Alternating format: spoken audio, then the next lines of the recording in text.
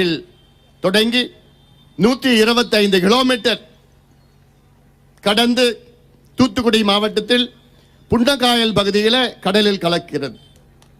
75 kilometre நெல்லை மாவட்டத்தில், 50 kilometre Thoothukudi மாவட்டத்தில் அந்த அழகான ஒரு ஆறு தாமிரபரணி வந்திருக்கிறது.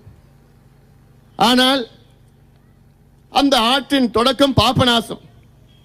பாபநாசத்திற்கு மேல் 3 அணைகள். அந்த அணைகள் காமராசர் காலத்தில் கட்டப்பட்ட அணைகள். அதன் கீழ் 8 தடுப்பணைகள்.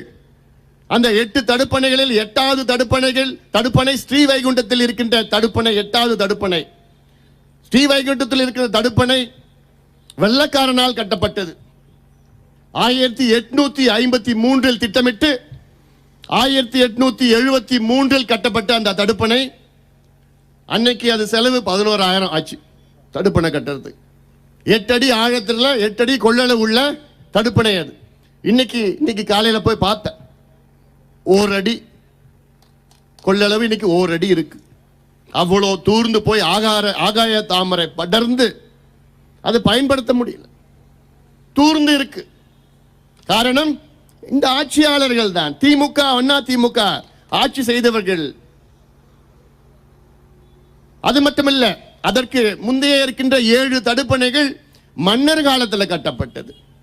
வெள்ளக்காரன் மன்னர், இந்த கொள்ளக்காரங்க ஒண்ணு கூட கட்டல. அதுக்கப்புறம் 50 ஆண்டு காலம் ஆண்ட கொள்ளக்காரங்க இந்த ஆற்றை பற்றி கவலையே படல. நாங்க தான் கவலைப்பட்டு இருக்கோம். இந்த ஆற்று ஏன் கவலை? எனக்கு என்ன கவலை? நான் வட தமிழ்நாட்டில் திண்டிவனத்தை சார்ந்தவன், சென்னை வாசி, சென்னையில் இருக்கிறேன். இந்த தண்ணியை பத்தி எனக்கு நல்லாவே தெரியும். தண்ணி பிரச்சனைனா எங்களுக்கு நல்லாவே தெரியும். சென்னையில் ஒரு ஆறு கூவம். இன்னைக்கு கூவம் சொன்னாலே நீங்க சிரிப்பீங்க. ஏன்னா கூவம் உலக அளவில் ஃபேமஸான ஆறு. எதுக்கு ஃபேமஸ்?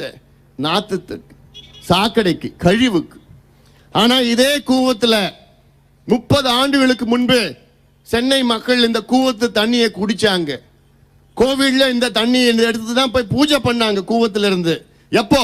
வெறும் 30 ஆண்டுகளுக்கு முன்பு. ஆனா இன்னைக்கு கிட்ட போக முடியுமா? அவ்வளோ கழிவு சாக்கடையா மாறி இருக்கிறது கூவம். இதே போன்று தாமிரபரணி இந்த நிலை தொடர்ந்தால் அடுத்த கூவமாக மாற இருக்கிறது. அரசுக்கு எச்சரிக்கை. அரசாங்கமே உடனடியாக செயல்படுத்துங்கள்.